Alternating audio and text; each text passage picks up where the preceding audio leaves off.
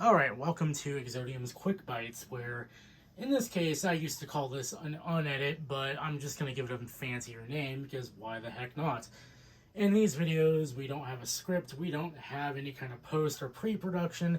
I'm just going to roll the camera and we're going to go into it. So, the reason why I'm doing that is because I have a few minor updates on the 9600 that some may have seen if they saw Dave's live stream where a bunch of people got together and worked on a bunch of things, and, well, I was in there towards the very end of it, about 2 hours in, and I'm kind of sad I didn't get in a bit earlier, but I was very much out of it after working on the SE30, so, yeah, that's why I was just not there at all from the beginning, but, hey, you know, I love joining in on those live streams, but I showed off the 9600 a bit because that's what I opted to work on, and, well, I made some upgrades to it that we've done since the last video. So, yeah, we're going to go ahead and turn this thing on in just a moment here.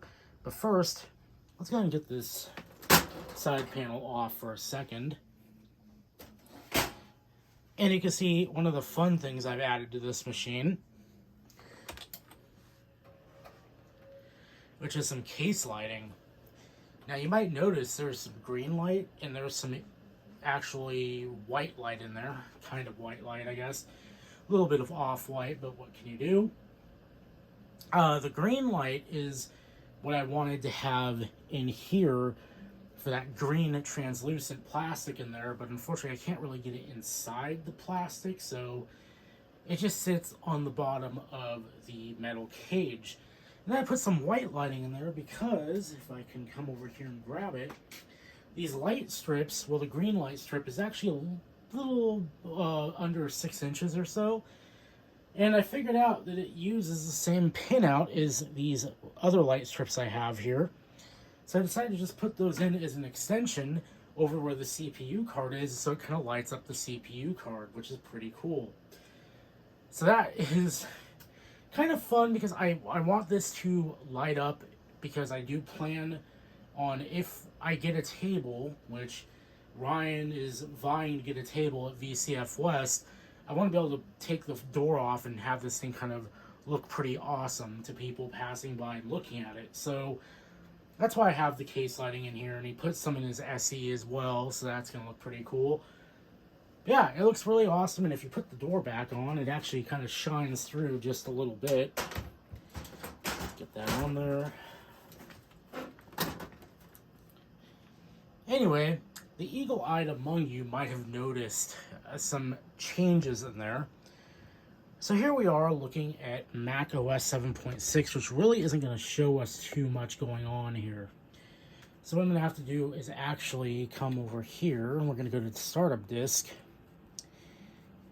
And we are going to actually start this in 9.2, which is another recent thing I've done, because I wanted to put 9.2 on here because this machine should be more than capable of handling it with the 400 MHz G3 and the new video card, which I put into it, because you might have remembered that I had a Radeon 7000 in here, but I've since changed that out for an even better card.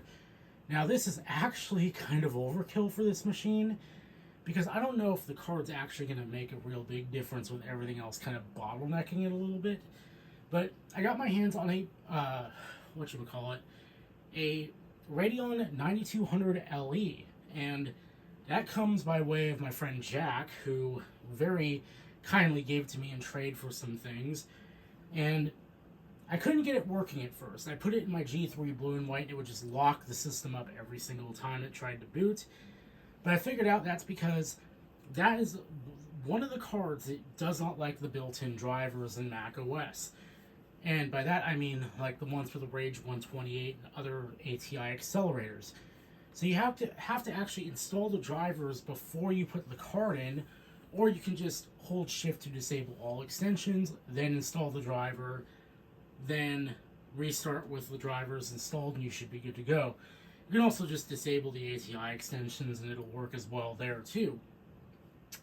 So I've been experimenting with this because the problem with the 9200 in this case is that it only supports macOS 9.2, which is the main reason why I upgraded to 9.2 And because I still have a bunch of partitions on here, I mean, I just did on a different partition because I want 8.6 on here because that's the OS I'm most nostalgic for. That's the OS that I have plenty of memories with and I don't want to lose it.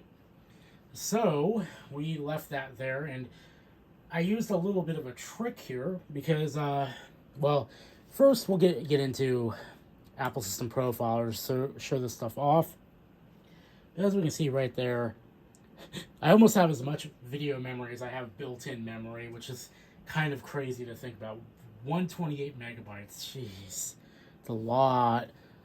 But this is fully upgraded. We have 6.0.3 QuickTime, and yeah, I used an application called OS 9 Helper to get this installed, and it worked pretty well, barring a few complications because it thought I was using a international version of Mac OS 9, and I had to go searching for the right update files and such to get it to work. But yeah, eventually it worked, and now we have everything working fully.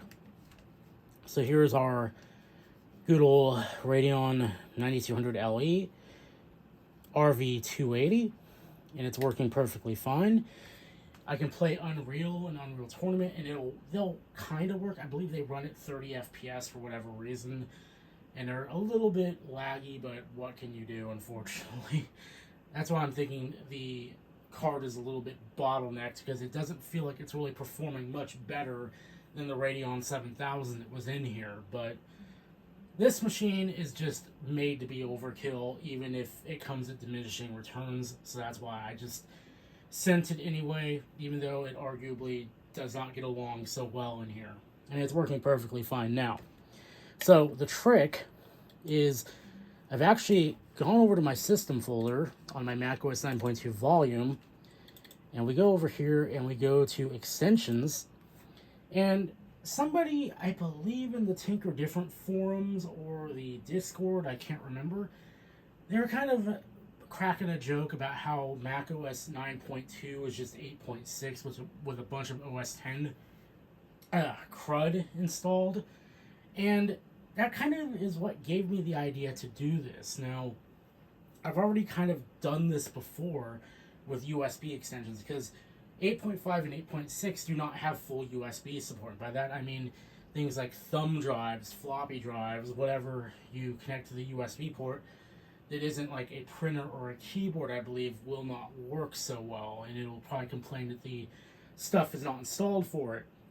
So I actually bought the extensions for USB back from 9.2, dragged them onto the 8.6 system folder, and they work. And it gave me full USB support as far back as 8.5, I believe.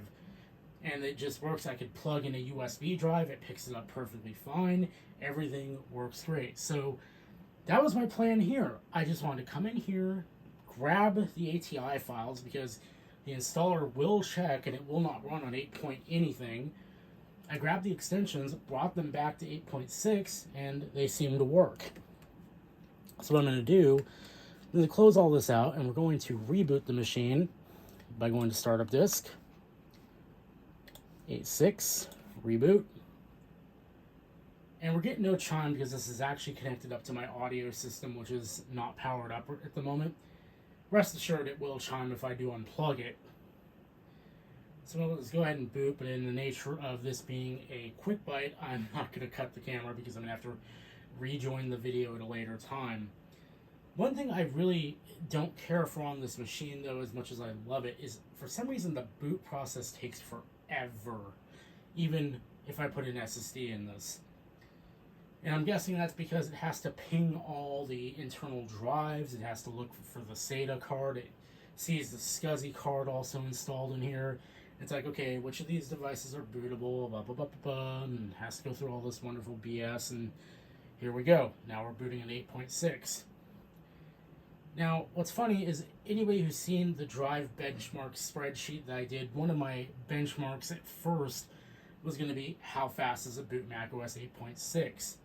But I found that this really is not drive bound. It's actually CPU bound, because I wasn't really seeing much of a difference with my Zulu SCSI and my Blue SCSI, but when I upgraded to a G3 processor, that cut the boot time in half.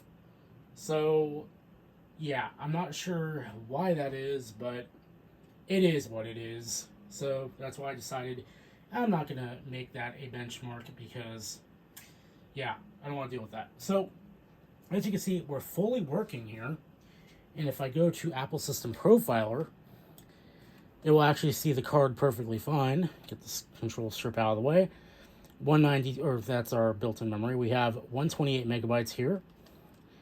Yeah, it's running. So let's go ahead and fire up a game of Skullduggery, which is one of my favorite tables for full tilt. I'm going to go ahead and change it. And you may be able to see the problem once we get into a game. I'm going to go ahead and bring this over here so I can actually control it. So watch it not do the problem because I'm on camera.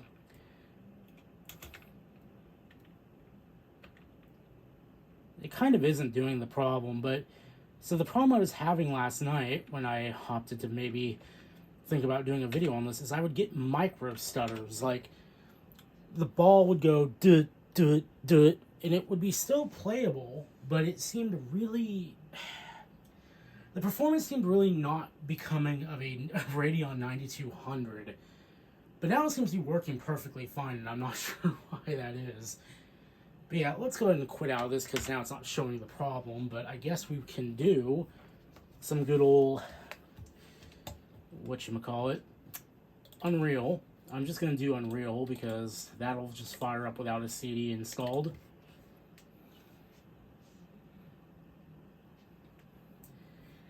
And now this loads so much faster. Like, when I was actually initially doing the benchmarks, this would take forever to start.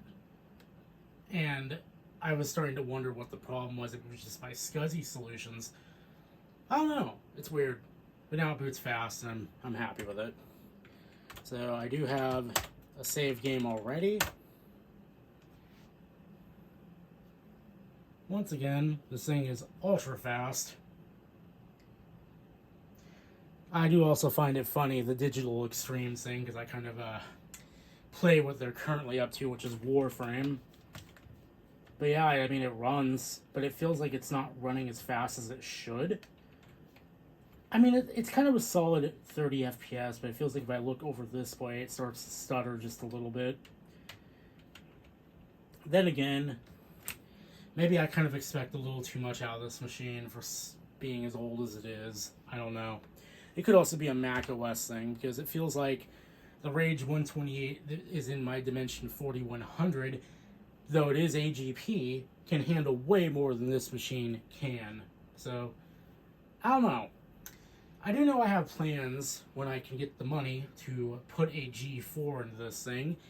Maybe that'll help it a little bit more. I know I have to wait to see what DOS Dude 1 can probably do to this thing. But yeah. Anyway, that's really it for this video. Hopefully you didn't mind the kind of rough cut nature of it. But I just wanted to say some things about this because last night kind of reminded me, oh yeah, it's been a minute and I've done some things and, well, here we are. And this is not really a quick bite because we're almost at 13, 14 minutes here, but anyway, it's something like I just want to get out there. It's kind of like an LGR blurb if you think about it, where it's just like minimal editing and whatnot.